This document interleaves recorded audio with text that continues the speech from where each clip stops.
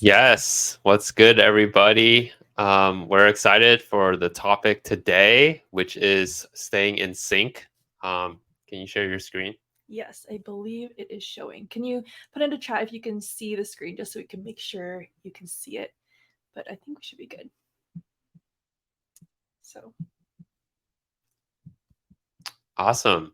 So, a little bit about us. We unintentionally met through a Facebook group. It was not a dating Facebook group or anything like that. We were just fans of a YouTuber who had a Facebook group, and we just accidentally met on that Facebook group. So this picture here is us meeting for the first time in Sydney, Australia. So I was living in Southern California. She was in Australia, and we met, and we have been married for close to 3 years now. Yeah. Yes. So now we live in the San Francisco Bay Area, married for almost 3 years. We were both tech employees. I used to work at LinkedIn, for example, and now we're entrepreneurs. So we have our own podcast, and then I also do life coaching as well. And actually also a tech employee, so it's got a lot of things on my plate, but it's all good. And we're really passionate about integrating emotional, mental, and spiritual health, really to help people find healing and wholeness, overcoming generational trauma, and really getting you to more freedom and wholeness. And just for fun, we love doing business. We do ministry together. We do life together. But as you can see, this list is quite a lot. So there's definitely a need to stay connected as a couple. So that means more intentional boundaries, more intentional times of connection. Okay. So I would love your engagement here. We have this number 29%. Type in the chat, what in the world is 29%? It has to do with relationships. Yes, That's a that's clue. that's one hint. All right. Type in the chat. I'm going to reveal. Okay. 29% of couples in the US reported feeling emotionally present and connected with their partner. That is not a lot. So 29 out of 100 people believe that they feel present and connected, which is absurdly low. And that number should definitely increase. So we're going to show you how. That number, you're going to, those people who are listening to this are going to be part of increasing this number. So I want to start off with this quote by Amy Bloom. Intimacy is being seen and known as a person you truly are, not the person that you're trying to become or what your husband or wife expects you to be, but just who you really are. And this ties in well, actually, with what Chris and Nada were saying even earlier about intimacy not just being physical, but also at a soul level. And that's what we really are passionate about talking about is how do you create a deeper connection where you enjoy being with each other, you can do life together, you can spur each other on and encourage each other instead of only feeling intimate in a physical sense, which is important too. That's all part of it. But yeah, we just wanted to point out like the 29% of emotional connection is truly low if you think about it. And our goal, our hope is that that will increase as we continue to talk about this and lean more into emotional connection. So, what causes disconnection? Here are just some of the many reasons, and feel free to drop in the chat other ideas that you personally experienced or just think of, in terms of what makes you emotionally disconnected from your partner or anybody really that you're in a relationship with. Some of the top ones I would say from this list that I can personally relate with are just busyness. You have a lot going on. It's hard to just like stop what you're doing because you have so much on your plate or you have an endless to-do list. Also, even conflict avoidance, the first presenter was talking about this, like conflict is actually a healthy, good thing, but sometimes we can just be afraid of it because of our backgrounds or past pain and experiences that we don't want to talk about hard things. But it's actually a very healthy thing to grow your relationship even stronger. And another one I think that is very common is on the right side, just ignorance. Like I think a lot of the times people grew up in environments, and both me and Alex were in this kind of environment growing up, where our families didn't talk about emotions. Like what are our feelings? What is emotional connection? Like it's not normalized. So we grew up with this environment and this culture, and so we weren't equipped about the tools and also the importance of why this matters. So so really, we have two parts to what we wanted to share today about very practical tips to be connected emotionally with each other in your relationship that we've personally firsthand learned, just balancing business, ministry, life together. And the first part of the two is making the time. So with anything, if you want to see growth and results and just produce fruit, you need to invest the time. There's no way around it. Oftentimes in our society, we just want the shortcut. We don't want to get the quick hack or fix. But the whole point of a relationship is you spend time with each other and enjoy it. So here are 3 rhythms in terms of your time that you can adopt, you can modify. They're just ideas. So don't see this as a rule book. It's just tools in your tool belt. So the first one is having a daily, what we call connect time. So me and Alex always, We call it couch time. Couch time or connect time. We're like, I want to connect with you. Like that's literally what we say. So, or if our schedule is busier in the day, we'll be like, when do you want to connect? Like, I want to connect. And so just really, establishing a regular daily rhythm of I want to be connected. I want to know what's going on in your mind and your heart, not just talk about the circumstances in our lives or logistics. That's really important, especially when you become parents. You have so many things to juggle. You're trying to figure out logistics in your whole family and household chores and everything, and who's driving who. So having this connect time, what we're doing, we don't have kids yet, but we really wanted to establish this rhythm before we have kids so that it's not something we have to like relearn later. And we love it. It's like our favorite time of the day. And so here are just some examples of connect questions. I won't dwell on this too long. Feel free to take a screenshot of the screen if you would like. But these are just some questions that we personally ask each other. We don't ask all of them. That's a lot, but just, some we choose. So for example, just how are you feeling? Like it's a very basic question, but really identifying what's your emotion that you're feeling right now. What are some things you're grateful for today? This actually stems from the fact that we used to say, how's your day for the longest time. And then we realized, like, who are we to judge if like a day is good or not? Like everything technically is good if you change your perspective. So instead, we've been asking, what are you grateful for? What has challenged you today? And what have you learned today? Which is actually a much better perspective.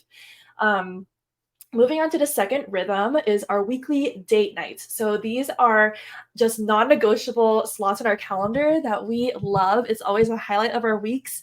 And we try to stay unplugged or be on our devices minimally, just to not get distracted, because that can really make you absent-minded. And so it doesn't need to look fancy either. On this next slide, we actually have these 5 easy and low-cost date ideas. Actually, a couple of them are free. And there's just so many ways that you can make memories together and get out of your routine and mundane everyday routines and just have a special time connecting and feeling romantic. And if you actually, we can link our Instagram at the end, but if you go on our Instagram, we actually have 60 of these ideas for free. So you can have a picnic, you can watch a video and discuss it, your thoughts together. You can explore an area that you haven't really been before, like nearby.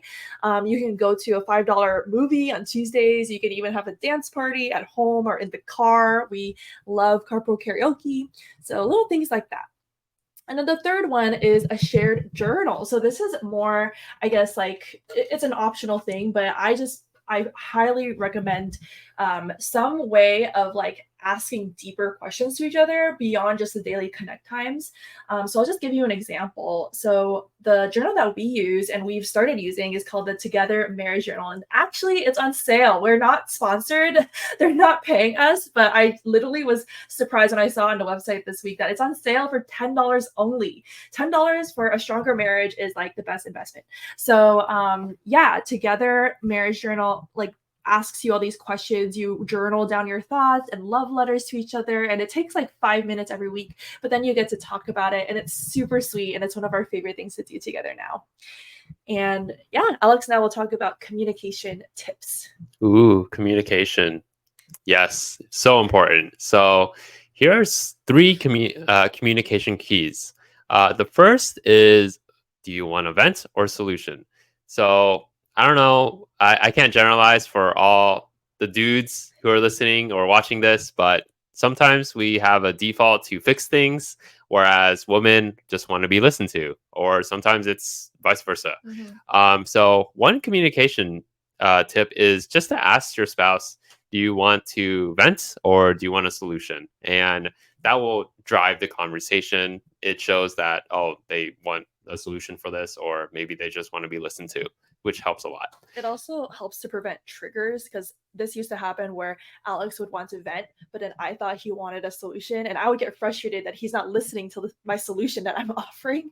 So then I would get triggered, and he would get triggered, feeling like, why is she not listening to me? So this is really like getting you on the same page.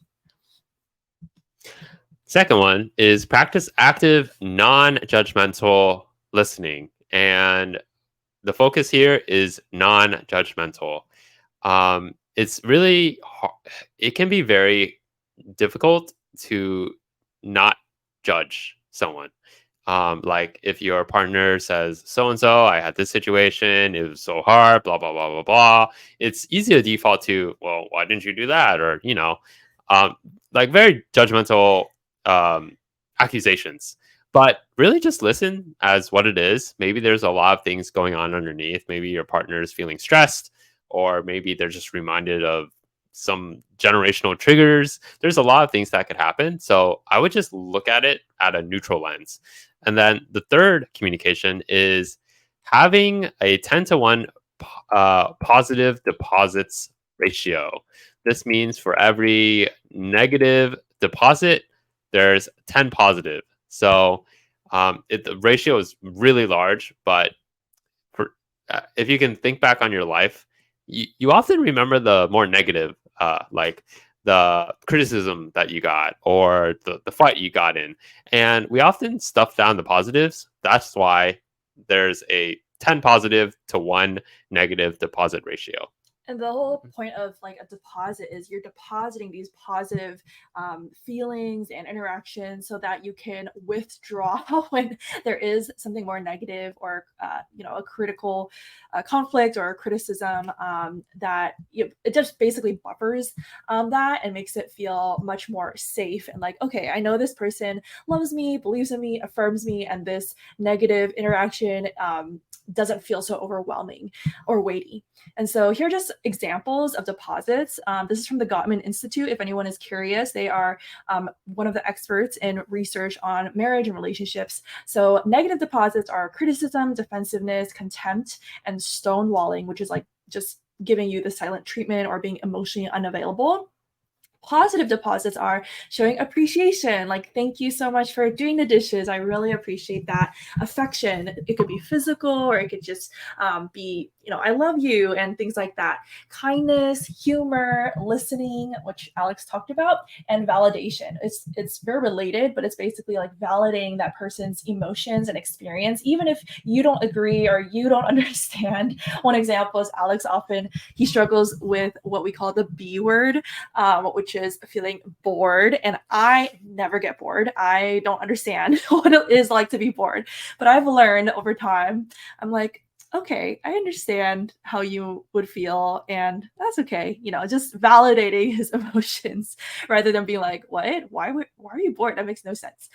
So just to recap, the first part is making and prioritizing time. So again, you can do daily connect times, weekly date nights, and also a shared journal, which is optional, but just some kind of way to consistently check in on each other and your deeper needs and hopes and dreams and what's going on, and also exchanging those love notes and affirmations.